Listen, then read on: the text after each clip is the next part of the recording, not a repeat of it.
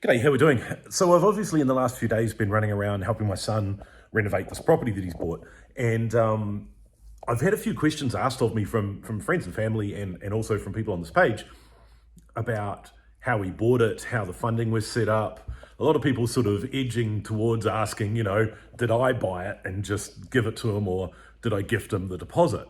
And obviously I talk quite a lot about intergenerational wealth, and it's a big thing for me to make sure that each of my kids has the ability to purchase and secure some good quality assets for themselves and for their future, right? So, I'm all about that. Like, it's one day they're going to choose my retirement home, so I just want to make sure they're well set up. Let's be fair, right? So, what I did with my kids, and I don't know if this is the best way to do it or not, but it's just the way that I did it, and I'd love to hear everybody else's suggestions as well, is quite a few years ago, when my kids were an awful lot younger, they inherited just $2,000 from a grandparent that passed away.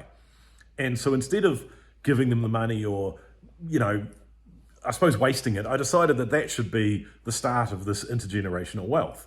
And so what I did is I started a Sharesies account with that money.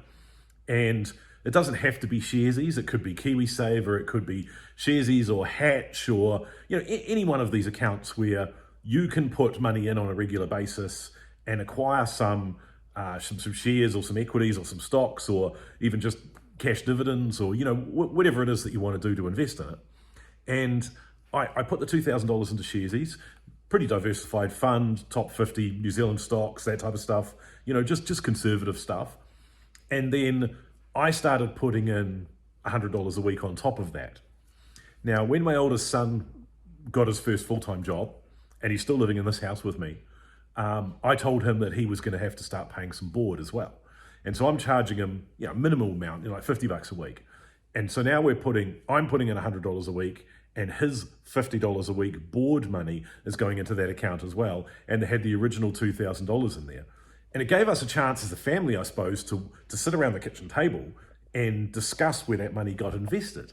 So I have 3 kids, and all my kids got a chance to have a say about where the money got invested, what companies, why, how long it should stay on that, what represents good value and what not. And it just gave us as a family a really good excuse to have these conversations about wealth creation and about money and about investing, and why do you think these things, and how does that work, and this is how I think, and this is why from my position.